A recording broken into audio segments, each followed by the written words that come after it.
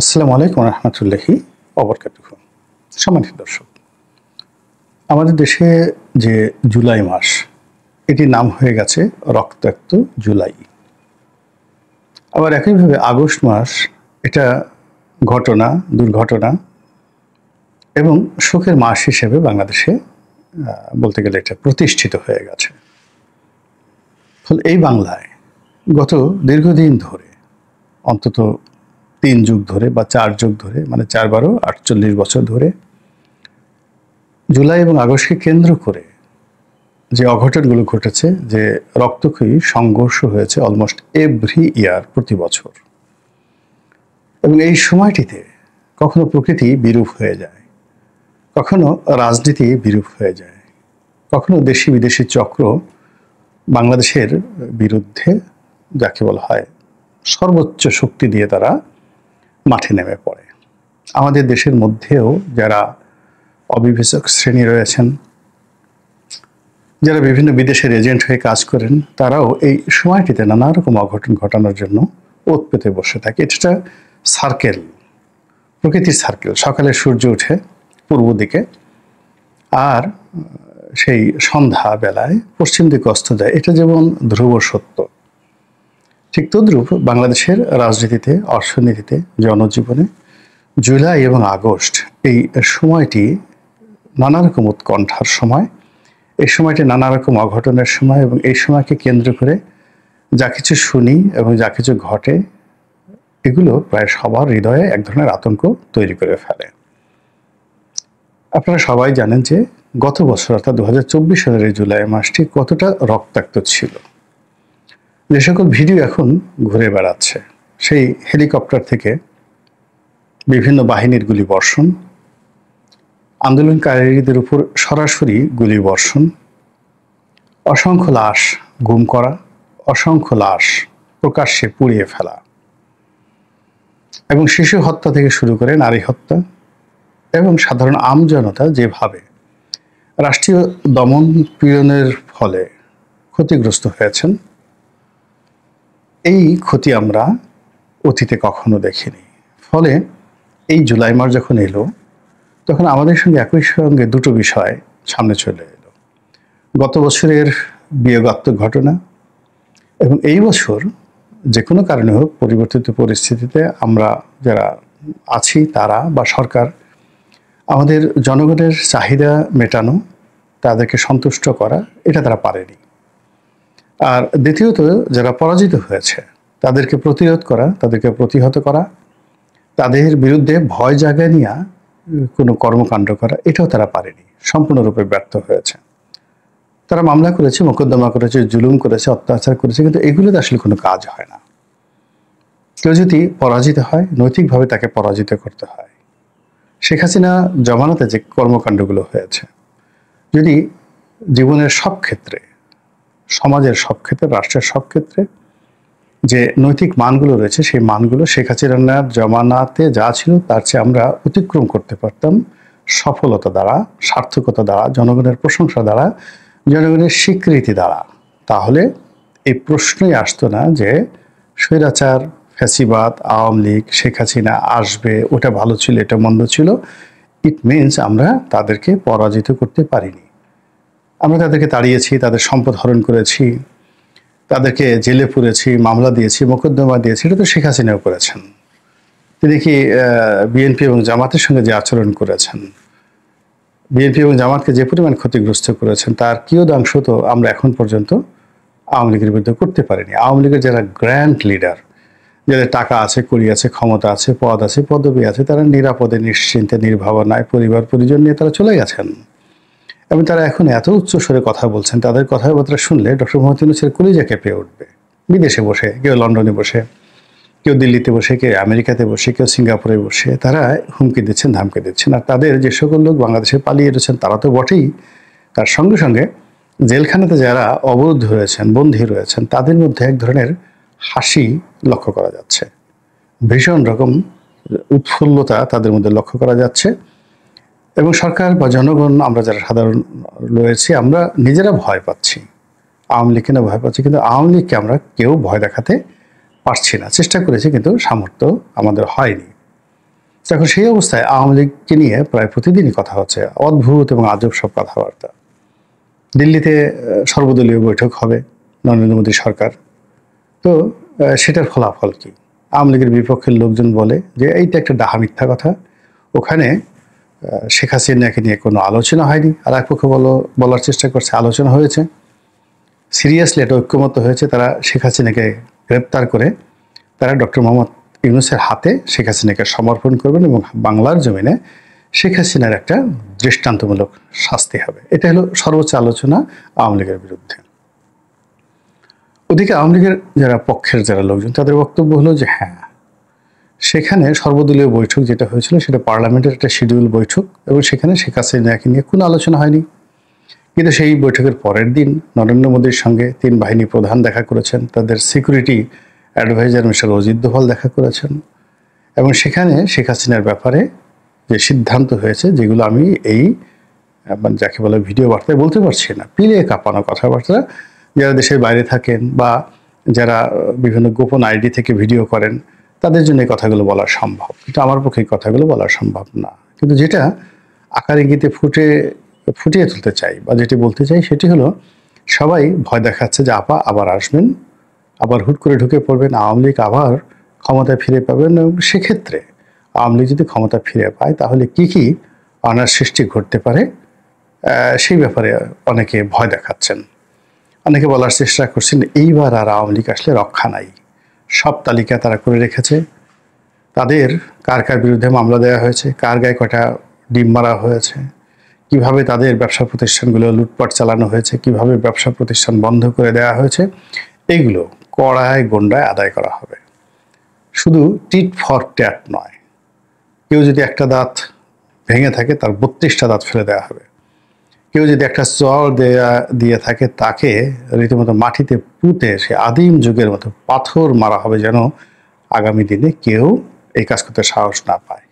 32 নম্বর ভাঙা, বঙ্গবন্ধুর মূর্তি ভাঙা, তারপরে সেই মূর্তির সেই যে খোল মানে মাথার খোল যেটি, সেখানে প্রস্রাব করা, এই জিনিসগুলো গর্হিত কাজগুলো, এগুলো সবগুলো দাঁত ভাঙা জবাব আওয়ামী লীগ নেবে, এইরকম আতঙ্ক ছড়ানো হচ্ছে। এখন সেটা কি বিএনপির লোক ছড়াচ্ছে, জামাতের লোক ছড়াচ্ছে, ইউনূস সাহেব ছড়াচ্ছে, নাকি শেখ হাসিনা নিজে ছড়াচ্ছেন, এটা আমি জানি না। কিন্তু এই শব্দগুলো যাকে বলা হয় সকল পক্ষের জন্য একটা ব্যবসা হয়ে গেছে। ব্যবসা মানে কি, শেখ হাসিনা যদি এই ভয়টা ডক্টর মোহাম্মদ ইউনূসকে দেখাতে পারেন, জনগণকে দেখাতে পারেন, তাহলে তার নেতাকর্মীদের উপর যে অত্যাচার জুলুম বা গোপালগঞ্জে যে ধরনের ঘটনা ঘটছে এই ঘটনাগুলো ঘটবে না। ফলে যে কোনো মূল্যে তাকে যদি সার্ভাইভ করতে হয়, অর্থাৎ তার যদি 35% যদি ভোটারকে আপনি রক্ষা করতে চান, তাহলে বোঝার চেষ্টা করুন যে 18 কোটি মানুষের 35% কত কোটি মানুষ হয়। এই মানুষের জিম্মা তো শেখ হাসিনাকে নিতে হচ্ছে। তো এই মানুষকে রক্ষা করার জন্য মিথ্যা কথা বলা দরকার, অহমিকা করা দরকার, গালাগাল করা দরকার, রাজনীতি করা দরকার, পাকনামা করা দরকার, যা কিছু দরকার আওয়ামী লীগের প্রত্যেকটা লোক করবে, এটাই তো স্বাভাবিক। এবং সেটা দেখে আমরা ভয় পাবো কি পাবো না এটা যেমন আমাদের বিষয়। তো সেক্ষেত্রে আমরা যদি ভয় পেয়ে যাই তাও একটা বৈশিষ্ট্য আছে, ভয় না পেলেও আর একটা সমস্যা আছে। এনিওয়ে এটা নিয়ে আমরা দ্বিতীয় ফেজে চলে আসি। দ্বিতীয় ফেজ হলো যে সরকার এই আওয়ামী ভীতিটাকে কাজে লাগাতে চাইবে। সঙ্গত কারণই হলো যখনই এই আওয়ামী জুজুর ভয় দেখানো হবে অমনি রাজনৈতিক দলগুলো সব এক প্ল্যাটফর্মে চলে আসবে এবং ডক্টর মোহাম্মদ ইউনূসের হাতে হাত মিলিয়ে তারা একটা ঐক্যবদ্ধ যাকে বলা হয় সরকার ব্যবস্থা চালু করার চেষ্টা করবে। এর কারণ হলো মোরালেস শেখ হাসিনার দ্বারা, আওয়ামী লীগের দ্বারা এখন যারা বিরোধী রাজনৈতিক পক্ষ রয়েছে তারা সবাই কম বেশি আহত হয়েছেন, নিহত হয়েছেন, তাদের মধ্যে অনেকেই, এবং অপমানিত লাঞ্ছিত হওয়ার পর প্রায় সকলের ব্যাকবোন শির দ্বারা ভেঙে দেওয়া হয়েছে। ফলে এখন এই মুহূর্তে গত 11 মাস ধরে রাজনৈতিক দলগুলো যে বিবাদ করছে, তারা যে সিদ্ধান্ত নিতে পারছে না, তারা যে ঐক্যমত্যে পৌঁছাতে পারছে না, এর মূল কারণটা হলো তাদের সে আত্মবিশ্বাসের জায়গা, চিন্তা করার ক্ষমতা এবং তাদের রুখে দাঁড়ানোর যে ক্ষমতা, যেটা প্রকৃতিগতভাবে আল্লাহ তাদেরকে দিয়েছেন। এই জিনিসগুলো মানবিক অত্যাচারে, মানবিক নয় ঠিক মানুষের অত্যাচারে, আওয়ামী সরকারের অত্যাচারে এই পুরো জিনিসটি তছনছ হয়ে গেছে। ফলে যখনই শেখ হাসিনার নাম আসে, আওয়ামী লীগের নাম আসে, এক ধরনের আতঙ্ক চারিদিকে ছড়িয়ে পড়ে এবং তারাই বলার চেষ্টা করছে যে আওয়ামী লীগ যদি ফিরে আসে ক্ষমতাতে তাহলে সেখানে কয়েক কোটি লোক তারা হত্যা করবে। এবং এটা আওয়ামী বিরোধী শক্তি একটা রাজনৈতিক কৌশল হতে পারে, মূলত নিজেদের মধ্যে ঐক্য রাখার জন্য। এবং ঠিক সেম কাজটা কিন্তু আওয়ামী লীগও করেছিল। তারা বারবার ভয় দেখাতো নিজেদের নেতাকর্মীদের যে এই দিন নয়, আরও দিন আছে, আমরা সারা জীবন ক্ষমতায় থাকবো না, ক্ষমতা ছেড়ে আমাদের চলে যেতে হবে। আর আমরা যদি ক্ষমতা থেকে চলে যাই, বিএনপি যদি ক্ষমতা আসে, আমাদের